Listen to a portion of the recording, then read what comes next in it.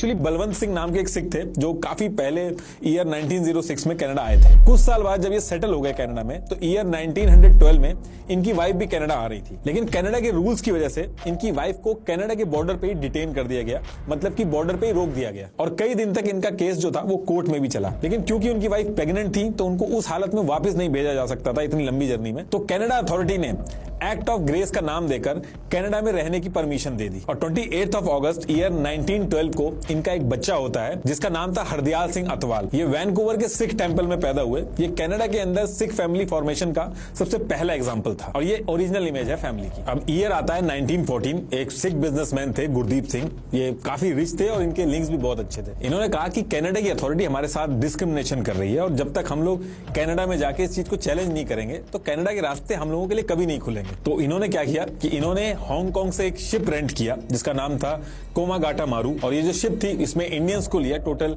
376 Indians थे और इसमें ज्यादातर सिख थे, ये वो इमेज है। और इन्होंने जो सिख थे उनको $200 भी दिए साथ में ताकि रूल फॉलो हो सके। अब जब ये शिप जा रहा होता है तो ये इन्फॉर्मेशन लीक हो जाती है और कनाडा तक पहुंच जाती है। कनाडा की न्यूज तक में चलने लगता है कि ब्राउन लोग इस तरीके से आ रहे हैं और इसको वो लोग ब्राउन इन्वेजन के नाम से न्यूज चलाने लगे। तो ये जो शिप था इसके कनाडा पहुंचने से पहले ही कनाडा की जो अथॉरिटी थी उसने अपना लीगल वर्क स्टार्ट कर दिया। कनाडा में जो सिख रह रहे थे वो चाहते थे कि ये जो शिप है ये कनाडा के अंदर आए और इसमें जो लोग हैं वो कनाडा में पहुंचे क्योंकि उनकी फैमिली वाले भी थे इसमें। लेकिन जब ये शिप पहुंचता है कनाडा के बॉर्डर पे तो इसको वहीं रोक दिया जाता है। वहां की अथॉरिटी कहती है कि जो शिप है ये रूल फॉलो नहीं कर रही है और ये जो शिप थी इसके अंदर 376 लोग थे, उसमें से सिर्फ 23 लोगों को कनाडा ने अपनी कंट्री में आने दिया, बाकी सबको मना कर दिया। और शिप के अंदर जो लोग थे वो 2 महीने तक उसी बॉर्डर पे रहे। उन्होंने लीगल बैटल भी लड़ी, लेकिन 2 महीने के बाद कनाडा ने शिप को वापस भेज दिया। अब ये जो शिप था ये 26 सितंबर को कलकत्ता पहुंचता है। तो ब्रिटिशर्स जो थे उन्होंने पहले तो तलाशी वगैरह ली सबकी।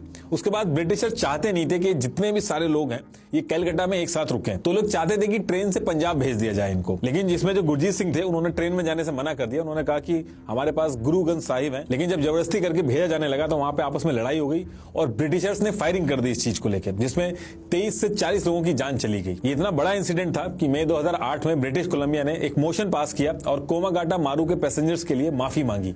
अभी रिसेंटली भी आपने देखा होगा जब 108th एनिवर्सरी आई थी कोमागाटा मारू की, तो उस पर Canadian prime minister Justin Trudeau ने भी माफी मांगी थी।